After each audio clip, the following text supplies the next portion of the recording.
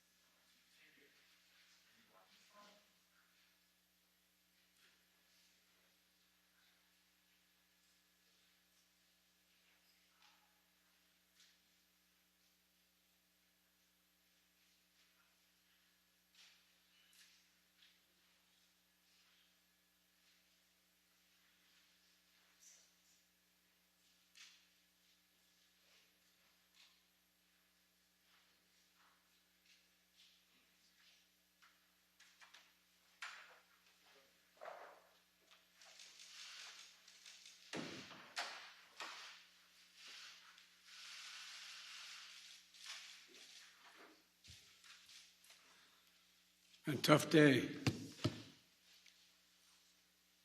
This evening in Kabul, as you all know,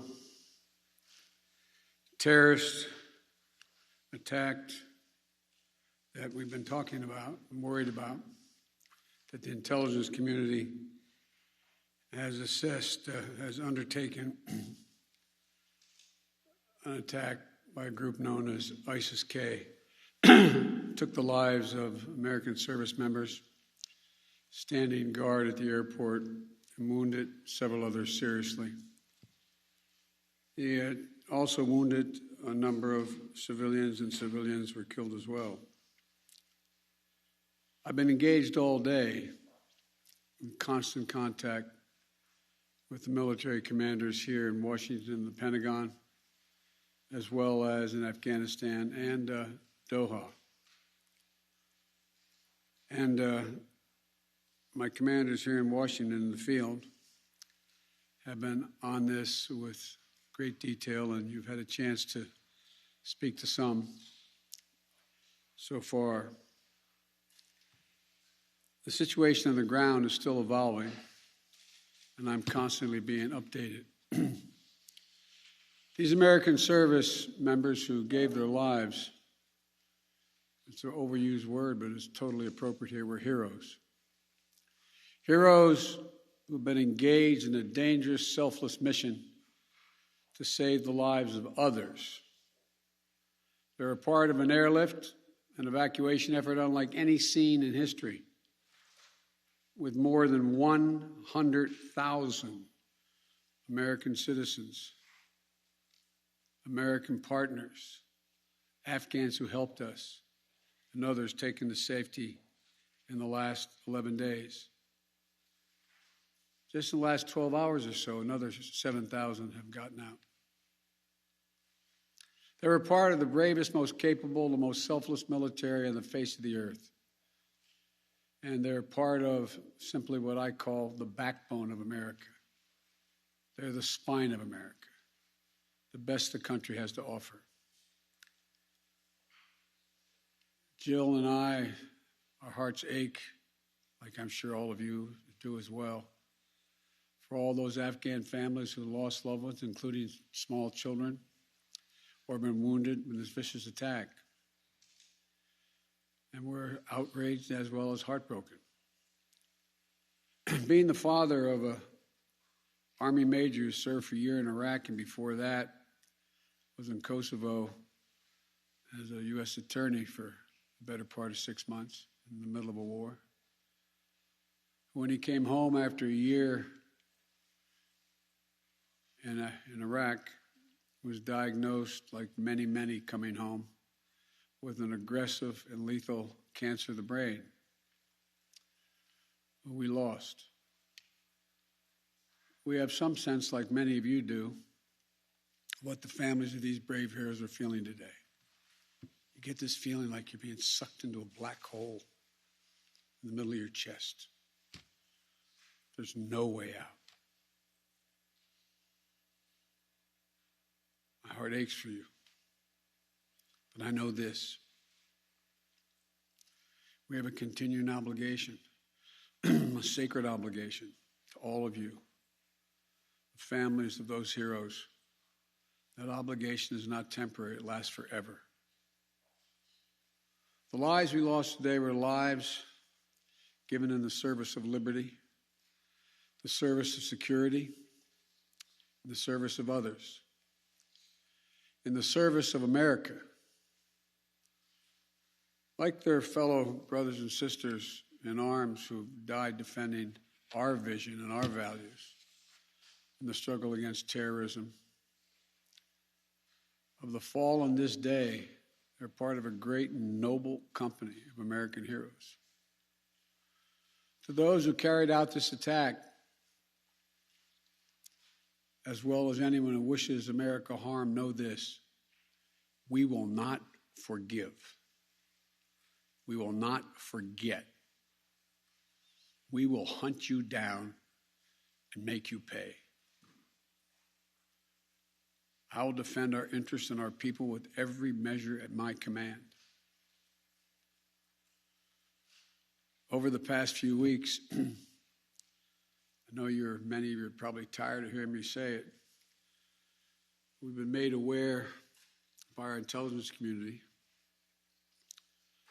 that the ISIS-K, an arch enemy of the Taliban, people who were freed when both those prisons were opened, has been planning a complex set of attacks on the United States personnel and others. This is why, from the outset, I've repeatedly said this mission was extraordinarily dangerous, and on why I've been so determined to limit the duration of this mission. As General McKenzie said, this is why our mission was designed, this is the way it was designed to operate under severe stress and attack. We've known that from the beginning. And as I've been in constant contact with our senior military leaders, and I mean constant, round the clock, and our commanders on the ground throughout the day, they made it clear that we can and we must complete this mission, and we will. And that's what I've ordered them to do. We will not be deterred by terrorists. We will not let them stop our mission. We will continue the evacuation. I've also ordered my commanders to develop operational plans to strike ISIS-K assets, leadership, and facilities. We will respond with force and precision at our time, at the place we choose, in the moment of our choosing. Here's what you need to know. These ISIS terrorists will not win. We will rescue the Americans there. We will get our Afghan allies out, and our mission will go on. America will not be intimidated, and I have the utmost confidence in our brave service members who continue to execute this mission with courage and honor to save lives and get Americans, our partners, our Afghan allies out of Afghanistan. Every day when I talk to our commanders, I ask them what they need. What more do they need, if anything, to get the job done? As they will tell you, I granted every request. I reiterated to them today on 3 occasions that they should take the maximum steps necessary to protect our forces on the ground in Kabul. And I also want to thank the Secretary of Defense and the military leadership of the Pentagon and all the commanders in the field. There has been complete unanimity from every commander on the objectives of this mission and the best way to achieve those objectives.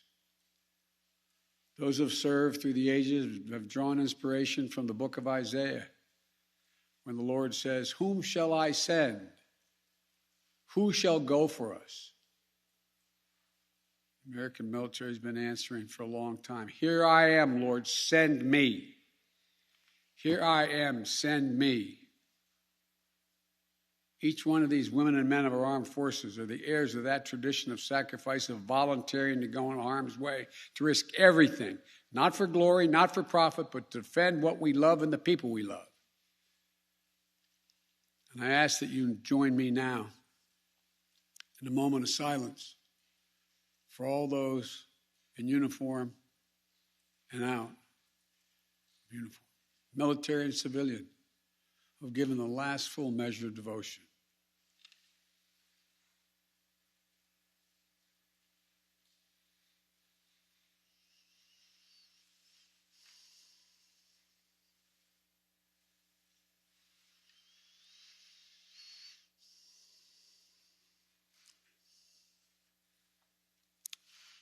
Thank you. May God bless you all, and may God protect the troops and all those standing watch for America. We have so much to do.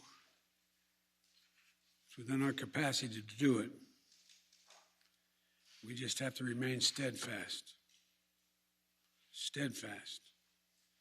We will complete our mission, and we will continue after our troops have withdrawn to find means by which we can find any American who wishes to get out of Afghanistan. We will find them and we will get them out. Ladies and gentlemen, they gave me a list here. The first person I was instructed to call on was Kelly O'Donnell of NBC. You have said leaving Afghanistan is in the national interest of the United States. After today's attack, do you believe you will authorize additional forces to respond to that attack inside Afghanistan? And are you prepared to add additional forces to protect those Americans who remain on the ground carrying out the evacuation operation? I've instructed the military, whatever they need, if they need additional force, I will grant it. But the military, from the chairman of the Joint Chiefs, the commanders in the field, have all contacted me one way or another, usually by letter, saying they subscribe to the mission as designed to get as many people out as we can within the time frame that is allotted. That is the best way they believe to get as many Americans out as possible and others. And with regard to finding, tracking down the ISIS leaders who ordered this, we have some reason to believe we know who they are, not certain, and we will find ways of our choosing without large military operations to get them wherever they are. Trevor, Reuters. Thank you, Mr. President. There's been some criticism, even from people in your party, about the dependence on the Taliban to secure the perimeter of the airport. Do you feel like there was a mistake made in that regard? No, I don't. Look, I think General McKenzie handled this question very well. The fact is that we're in a situation, we inherited a situation, particularly since, as we all know, that the Afghan military collapsed 11 days before, in 11 days, that it is in the interest of, as McKenzie said, in the interest of the Taliban that, in fact, ISIS-K does not metastasize beyond what it is, number one. And number two, it's in their interest that we are able to leave on time, on target. And as a consequence of that, the major things we've asked them, moving back the perimeter, giving more space between the wall, stopping vehicles from coming through, etc., searching people coming through. It is not what you'd call a tightly commanded, regimented operation like the U.S. is, the military is, but they're acting in their interest. And so, by and large, and I've asked this same question to military on the ground, whether or not it's a useful exercise. No one trusts them. We're just counting on their self-interest to continue to generate their activities. And it's in their self-interest that we leave when we said, and that we get as many people out as we can. Like I said, even in the midst of everything that happened today, over 7,000 people we've gotten out, over 5,000 Americans overall. So it's not a matter of trust, it's a matter of mutual self-interest. And but there is no evidence thus far that I've been given as a consequence by any of our commanders in the field that there has been collusion between the Taliban and ISIS in carrying out what happened today, both in front of the hotel and what is expected to continue for beyond today. Amir, Associated Press. Thank you, Mr. President. You have spoken, again, powerfully about your own son and the weight of these decisions.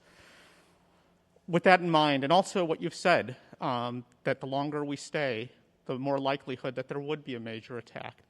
How do you weigh staying even one more day, considering what's happened? Because I think what America says matters. What we say we're going to do in the context in which we say we're going to do it, that we do it, unless something exceptional changes. There are additional American citizens. There are additional green card holders. There are additional personnel of our allies. There are additional SIV card holders. There are additional Afghans that have helped us. And there are additional groups of individuals that have been contacted us, from women's groups to NGOs and others, who have expressly indicated they want to get out and have gathered in certain circumstances in groups, on buses and other means. That still presents the opportunity for, in the next several days, between now and the 31st, to be able to get them out.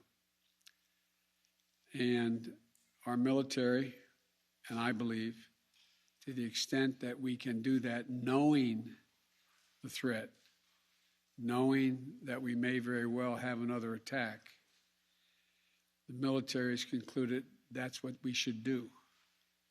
I think they're right. I think they're correct. And after that, we're going to be in a circumstance where there will be, I believe, numerous opportunities to continue to provide access for additional persons to get out of Afghanistan, either through means that we provide and or are provided through in cooperation with the Taliban. They're not good guys, the Taliban. We're not suggesting that at all. But they have keen interest. As many of you have been reporting, they very much would like to figure out how to keep the airport open. They don't have the capacity to do it. They very much are trying to figure out whether or not they can maintain what is the portion of an economy that has become not robust, but fundamentally different than it had been. And so there's a lot of reasons why they have reached out, not just to us, but to others, as to why it would be continued in their interest to get more of the personnel we want to get out. We can locate them. Now, there's not many left that we can assess that want to come out. There's some Americans we've identified, we've contacted the vast majority of them, not all of them, who don't want to leave because they're dual nationals, they have extended families, et cetera. And there's others who are looking for the time. So that's why we continue. I'll take a few more questions, but you, sir. I wanted to ask you, that's okay. You say that what America says matters. What do you say to the Afghans who helped troops who may not be able to get out by August 31st? I say we're going to continue to try to get you out. It matters. Look, I know of no conflict, as a student of history, no conflict where when a war was ending, one side was able to guarantee that everyone they wanted to be extracted from that country would get out. And think about it, folks. I think it's important. I know the American people get this in their gut. There are, I would argue, millions of Afghani citizens who are not Taliban, who did not actively cooperate with us as SIVs, who, if given a chance, they'd be on board a plane tomorrow.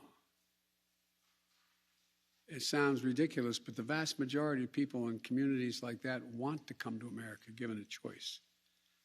So getting every single person out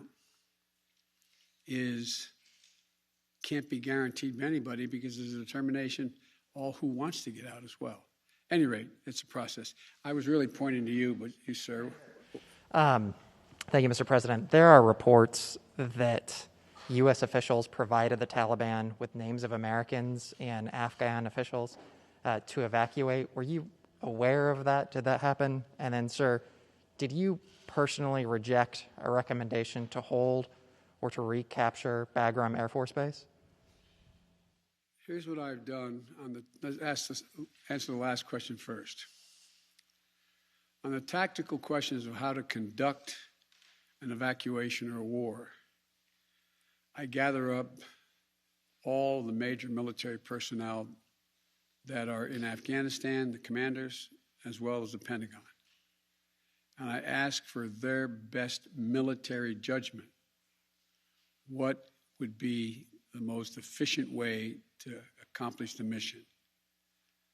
They concluded, the military, that Bagram was not much value added, that it was much wiser to focus on Kabul.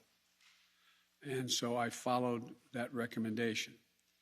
With regard to, there are certain circumstances where we've gotten information, and quite frankly, sometimes from some of you, saying you know of such and such a group of people are trying to get out, and they're on a bus, they're moving from other people. And this is their location. And there have been occasions when our military has contacted their military counterparts in the Taliban and said, this, for example, this bus is coming through with X number of people on it, made up of the following group of people. We want you to let that bus or that group through. So yes, there have been occasions like that. And to the best of my knowledge, in those cases, the bulk of that has occurred, they've been let through. But I can't tell you with any certitude that there's actually been a list of names. I know there may have been, but I know of no circumstance. It doesn't mean it didn't exist. That here's the names of 12 people, they're coming, let them through. It could very well have happened. I'll take one more question. Wait. Let me take the one question from the most interesting guy that I know in the press. That's you. Mr. President, there had not been a U.S. service member killed in combat in Afghanistan since February of 2020. You set a deadline, you pulled troops out, you sent troops back in, and now 12 Marines are dead. You said the buck stops with you. Do you bear any responsibility for the way that things have unfolded in the last 2 weeks? I bear responsibility for fundamentally all that's happened of late. But here's the deal. You know, I wish you'd one day say these things. You know as well as I do that the former president made a deal with the Taliban that he would get all American forces out of Afghanistan by May 1. In return, the commitment was made, and that was a year before. In return, he was given a commitment that the Taliban would continue to attack others, but would not attack any American forces. Remember that? I'm being serious. No, I'm asking you a question. Because before... No, wait a minute. I'm asking you a question. Is that accurate, to the best of your knowledge? What? I don't think that the issue is, do you think that people have an issue with pulling out of Afghanistan or just the way that things have happened? I think they have an issue that people are likely to get hurt. Some, as we've seen, have gotten killed, and that it is messy. The reason why, whether my friend will acknowledge it always reported it. The reason why there were no attacks on Americans, as you said, from the date until I came into office, was because the commitment was made by President Trump, I will be out by May 1st. In the meantime, you agree not to attack any Americans. That was the deal. That's why no American was attacked. A few days ago, you said you squarely stand by your decision to pull out. Yes, I do, because look at it this way, folks, and I have another meeting for real. But imagine where we'd be if I had indicated on May the 1st I was not going to renegotiate an evacuation date. We were going to stay there. I'd have only one alternative: pour thousands of more troops back into Afghanistan to fight a war that we had already won relative to why the reason we went in the first place. I have never been of the view that we should be sacrificing American lives to try to establish a democratic government in Afghanistan, a country that has never once in its entire history been a united country and is made up, I don't mean this in a derogatory, made up of different tribes who have never, ever, ever gotten along with one another. And so, as I said before, and this is the last comment I'll make, we'll have more chance to talk about this, unfortunately, beyond, because we're not out yet. If Osama bin Laden, as well as al-Qaeda, had chosen to launch an attack when they left Saudi Arabia out of Yemen, would we have ever gone to Afghanistan?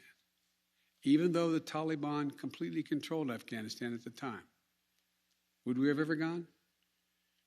I know it's not fair to ask you questions, it's rhetorical, but raise your hand if you think we should have gone and given up thousands of lives and tens of thousands of wounded.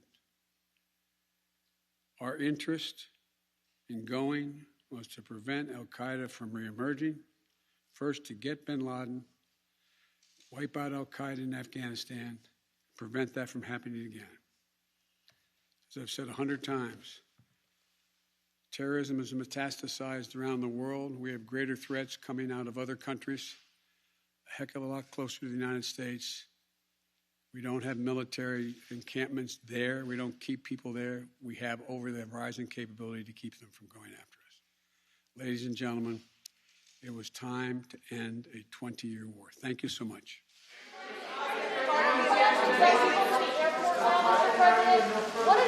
Will you recognize the Taliban as the government?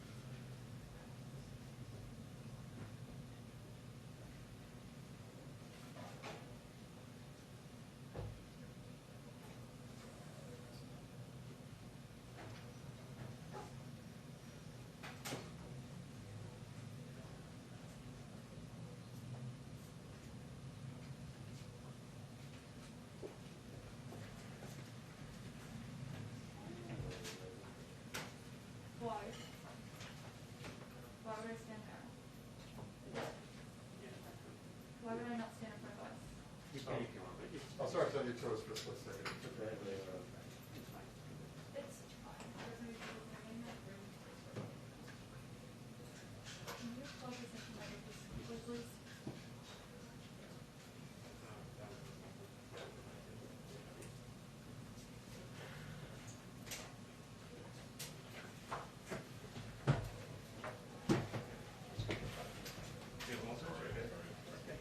Hey guys, can you hear me?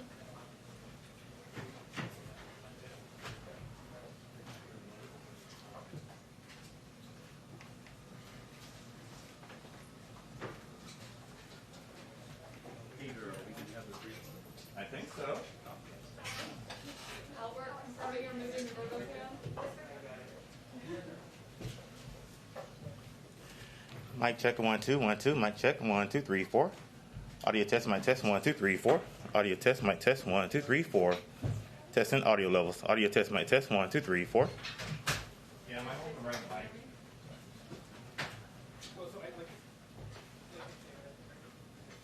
You know what our plan is multi-membership? Hey, Kurt. What's the other plan is? Or what do you got there?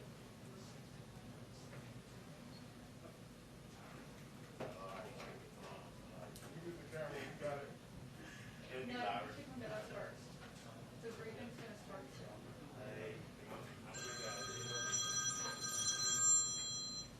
Hey, what's happening? Yeah, you should come in. Is that cool? No, but instead of coming in now. Hey, Wolf, can you hear me?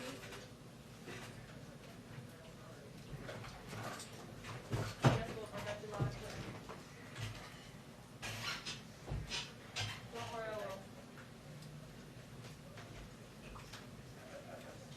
Yeah, come in one day. No.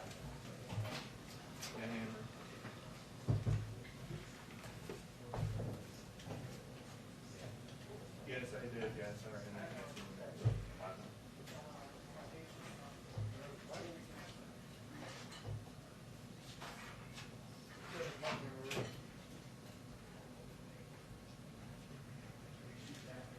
One, two, three, four, five. Yes.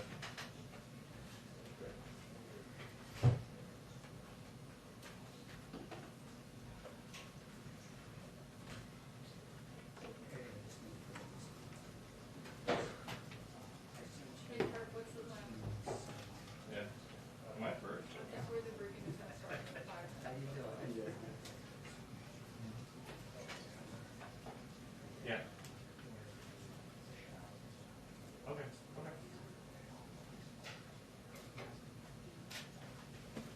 Okay. I'll wait to hear.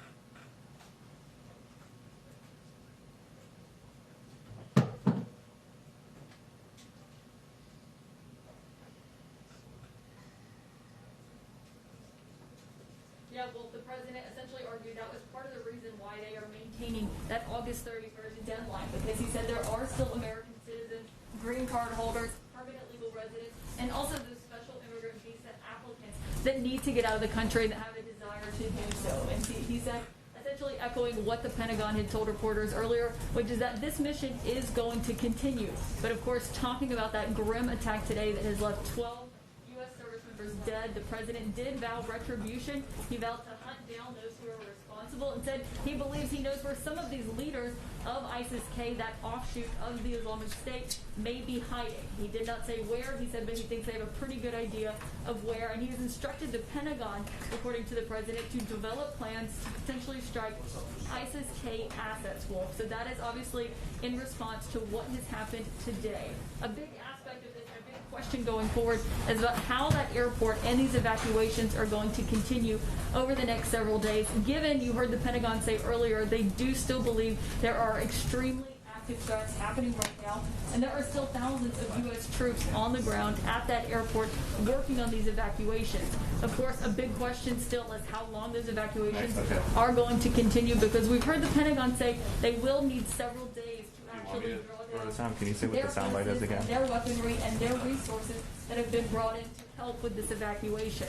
One other big aspect of this, Wolf, is the Taliban, which is responsible for the security outside the airport and allowing people into the airport, which has been a tenet, essentially, of this evacuation plan from the White House.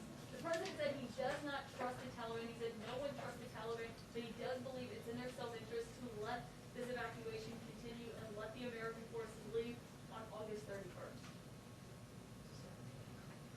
Okay. Yeah, that's right. Well, this is going to be the first time we've seen the Press Secretary Jen Psaki initially before this attack had happened. This was something that was scheduled for noon, but obviously the day's events have really disrupted the schedule here. And we did hear from the president, of course, a few moments ago. We now will have questions for the Press Secretary about the decision that the president made to maintain this deadline.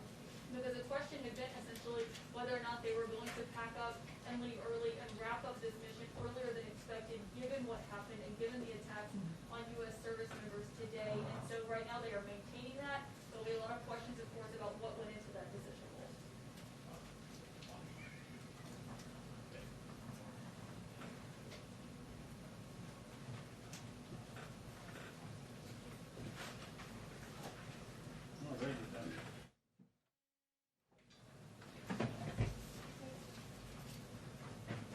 Brett, the president said that it's possible, but he can't say with any sense of certitude that American forces who are in Afghanistan right now trying to evacuate people did share names or information about U.S. citizens and Afghans that are trying to get out with Taliban. He said that is something that could have happened. He was asked if he personally regretted closing down Bagram Air Base. We heard some reporting. Well, there are a lot of military pundits who say that the president should go take it back. He never should have given it back up. He says that his military advisors concluded Bagram did not add much value. That's why they are now at HKIA in Kabul. He also said, following promises to respond with devastating force if the Taliban affected American evacuations. We have a 2-minute warning on the briefing. 2-minute warning on the briefing. Thank you.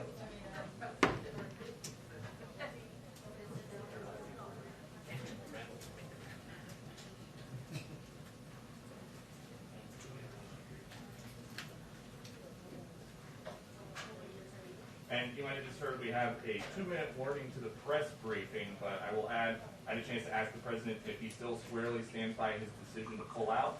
Say he does. Brett?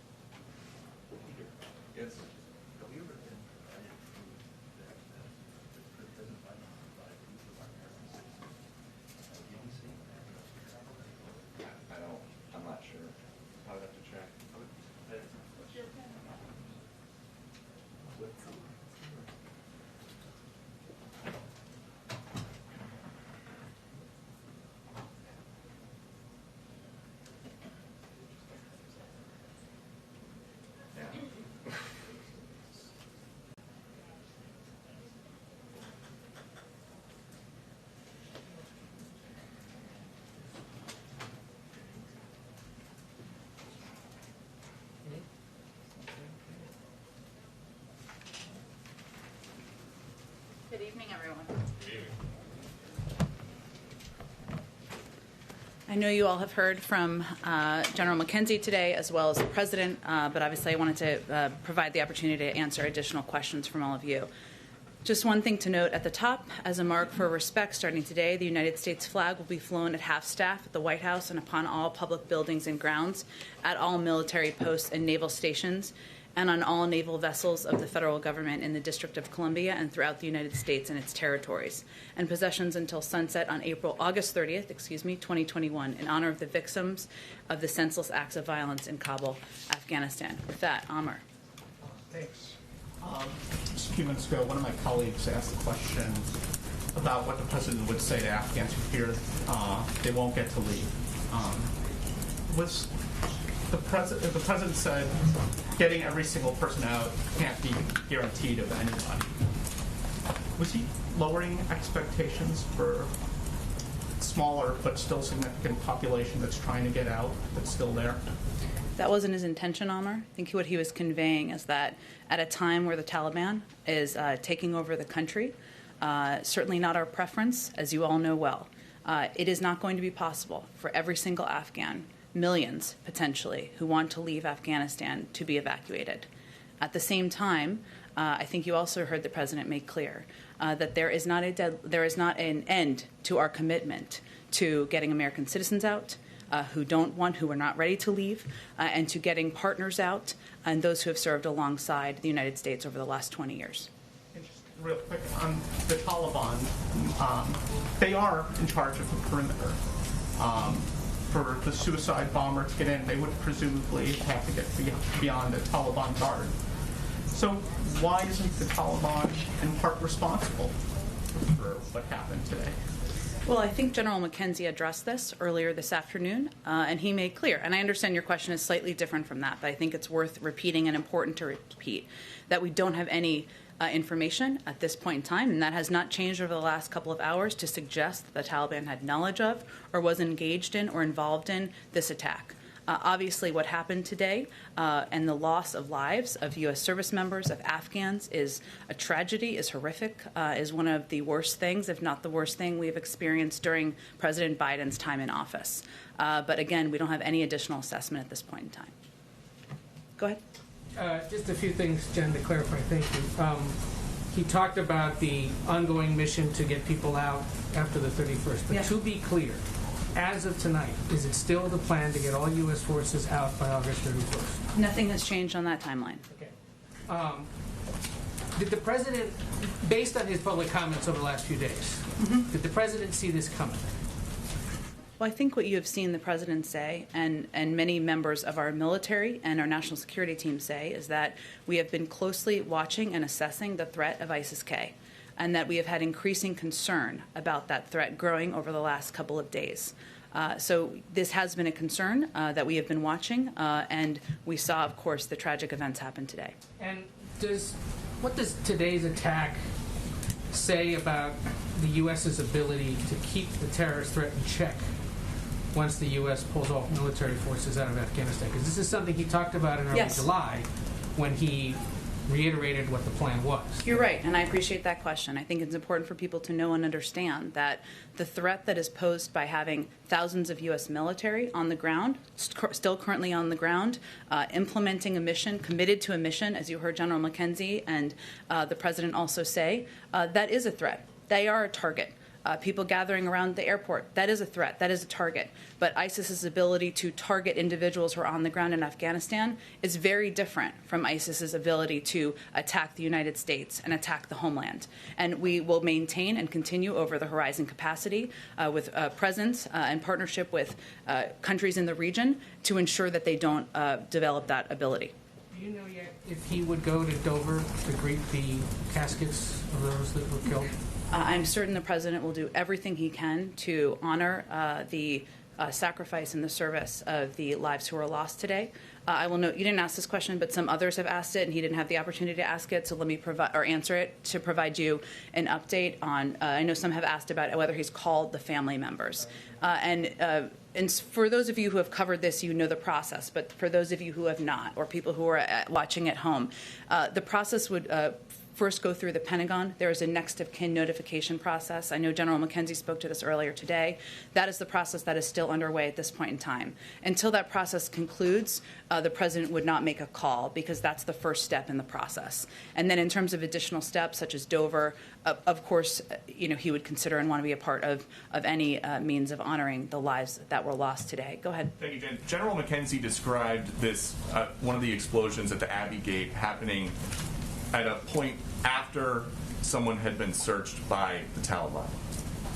How is the United States still going to work with the Taliban the way that the president is describing, or just did in his remarks, to get American citizens and Afghan allies out if that is what we're working with? Look, I'm not trying to sugarcoat what we think of the Taliban. The Taliban they're not a group we trust. They are not our friends. We have never said that. It is also the reality that the Taliban controls large swaths of Afghanistan. And to date, because of coordination with the Taliban, we've been able to evacuate more than 104,000 people, save 104,000 lives. And that coordination is necessary in order to continue our evacuation measures. Now, I understand your question, Peter, and the questions of others on what they knew or what their role was. There's no assessment we have at this point in time of their involvement in this. Obviously, that's at this time. If that changes, we will let you all know. And does the president really think that they are going to be reliable partners if we're already getting reports that they're not letting Afghans to the airport and the U.S. is still at the airport? Well, I think you mean after the 31st or moving over the next couple of days? Well, we've heard that it's already happening. So does he think that's going to get Well, better? I'd note also that, as the president just said, more than 7,000 people have been evacuated over the course of the last 12 hours. That is while there was an active attacks that were happening. Those are individuals who were let through gates, who were let onto planes, and got us well over 100,000 people who have been evacuated. Again, this is not about trust. This is not about relying on the Taliban as an equal partner. No one is suggesting that. But because they control large swaths of the country, including a lot of the security perimeters around the airport, we have to coordinate with them in order to get people out. We'll continue to do that. Go ahead. But so one more thing I would say is that we have an enormous amount of leverage. This is our view. Over time. That includes economic leverage. It includes leverage that we will make clear to the Taliban as it relates to coordination, continue to get American citizens and our partners out. Go ahead. Jen, there have been reports of explosions happening throughout the afternoon in Kabul, or evening now, obviously, and some reporting to indicate that this is the beginning of a process of the U.S. military beginning to destroy equipment on the ground. Can you confirm that that's what's taking place? I would refer you to the U.S. military on specific steps of their retrograde process, which, as we know, would have to take place in advance of a departure. And then in terms of what we've heard from the Pentagon and then the president just articulated, which is his confidence that they have enough troops on the ground at this point to continue to facilitate the mission. I guess the question is, how can that be the case given what we saw today, the tragic loss of life? Doesn't that call for additional troop levels potentially needed, reinforcements needed on the ground? And additionally, what is the concern for the ongoing threat that ISIS-K continues to pose to these efforts? There is an ongoing threat. And every day that our troops are on the ground, they are at risk.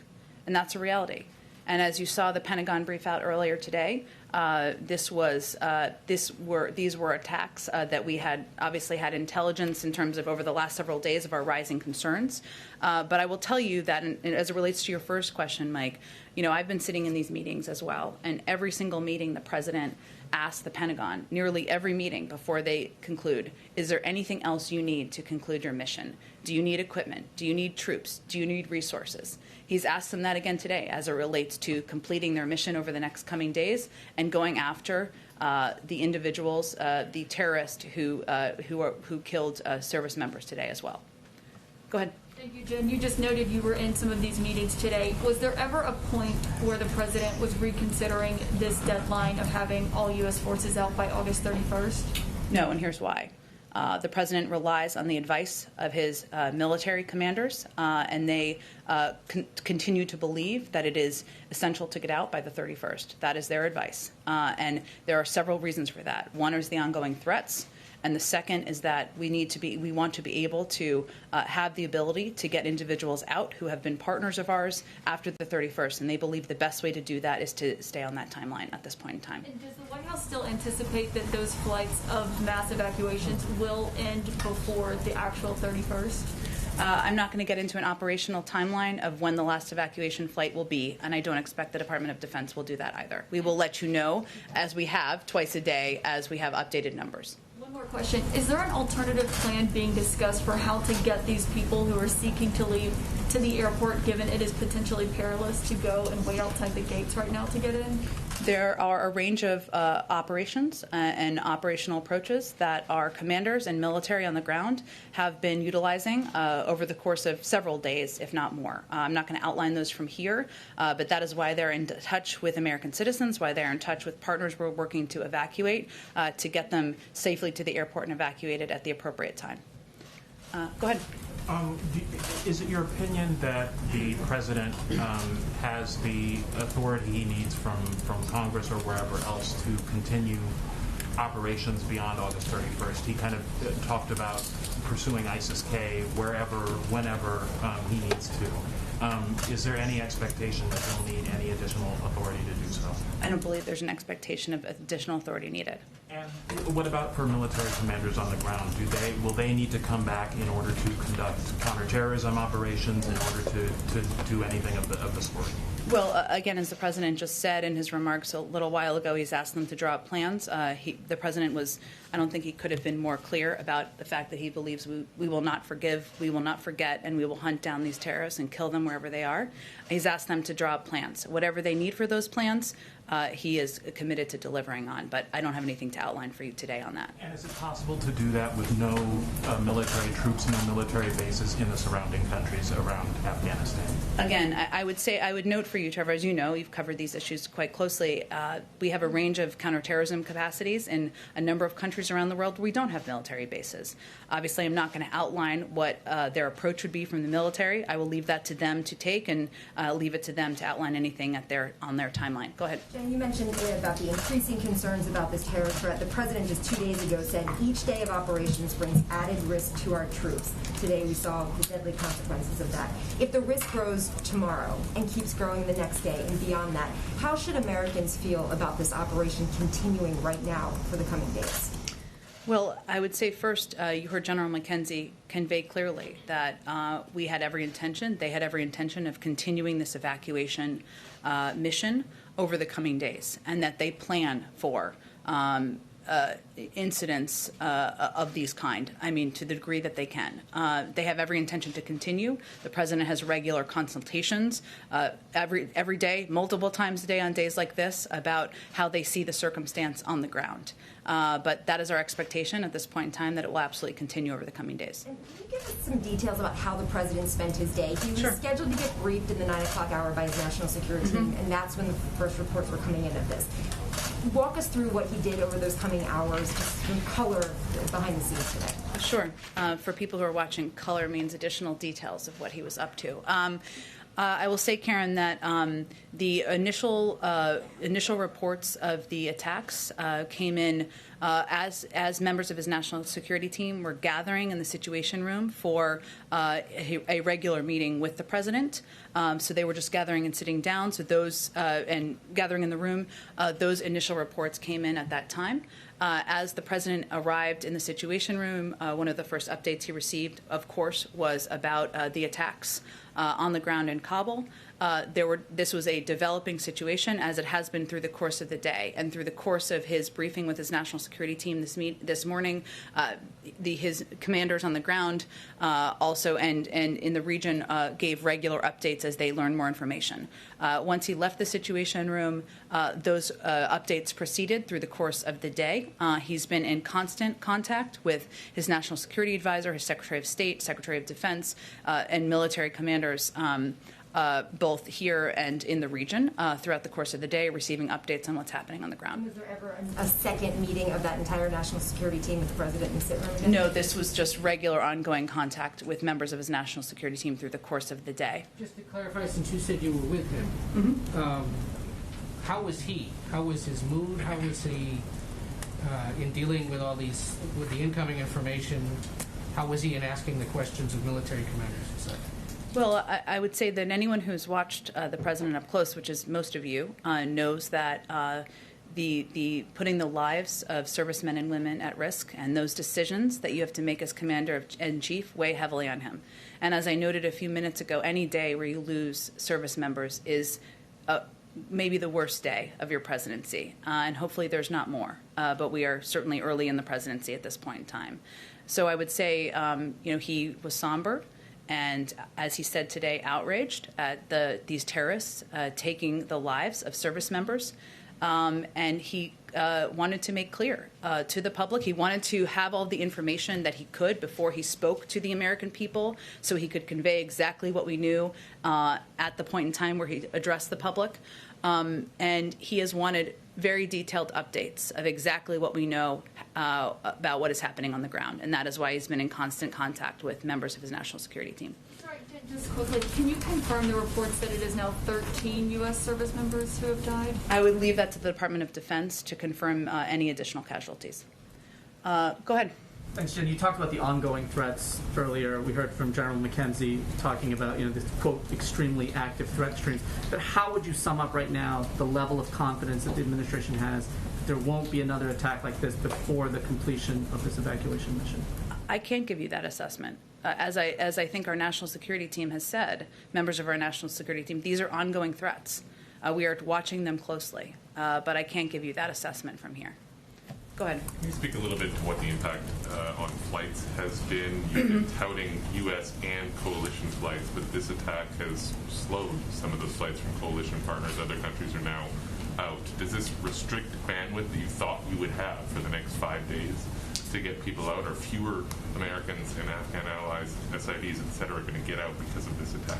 It's a good question, Josh, and one of the reasons we put out the numbers twice a day is because we want you all to have an understanding of how many people were able to get out. I would note that more than 7,000 people were evacuated over the last 12 hours. Those include members from coalition partners, and we're working now, and this is one of the pieces the president's been focused on, is getting as many people out and onto these planes as possible, even as we're working to address these security threats on the ground. But I don't want to give you a prediction because our U.S. military is incredible, and they are working even while they are facing these security threats to continue the evacuation mission. What do you believe to be the case at the airport now, I suppose, not particularly at this hour, given the time will be there? Can Americans go? Should Americans go? Are Afghan SIVs getting through Taliban checkpoints and to the airport? Are you still discouraging them from doing that? What is the situation on the ground in that perimeter? Again, Josh, I would say that we are giving very specific direction to individuals, American citizens and others, on when they should come to the airport, where they should meet, how they should come to the airport. We're obviously not going to outline or detail those from here or in any public manner, but that is certainly the direction we would be giving to people, to pay attention to the security alerts and to pay attention to notifications and contacts they're receiving from us or coalition partners. I'm sorry, just to clarify, there were warnings that led up to this attack. Other countries have been warning, the administration has been warning this is a dangerous situation, etc. Can you speak to whether there were specific indications that this was being planned, and if so, do you have specific indications that other ones are being planned now? I'm not going to get into specific intelligence, but I will tell you and confirm for you that the threat is ongoing, and we are continuing to watch and assess the threat. Go ahead. Thanks, Jen.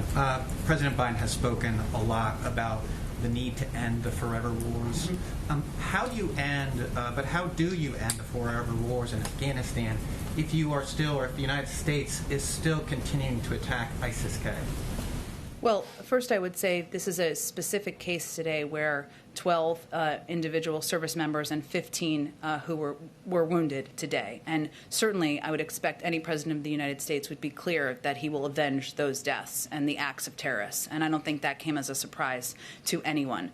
But the president stands by, as he outlined to all of you just in the last hour, his commitment to bringing an end to this war, as he has implemented over the course of the last month. And what we're talking about here is avenging these deaths from terrorists. We're not talking about sending tens of thousands of troops back for an endless war that we've been fighting for 20 years. If I may ask a bit of a related question to Josh. When the Obama administration was bringing in Syrian refugees, there was a lot of pushback from various states and locales about refugees coming into their communities. How do you see that situation this time around? Is this going to be different, or do you anticipate those same kind of pushback and hard feelings? We will see. But I will tell you that what we have been working to do is to work closely with governors, with localities, with local leaders to give them detailed briefings on what our vetting process looks like, what the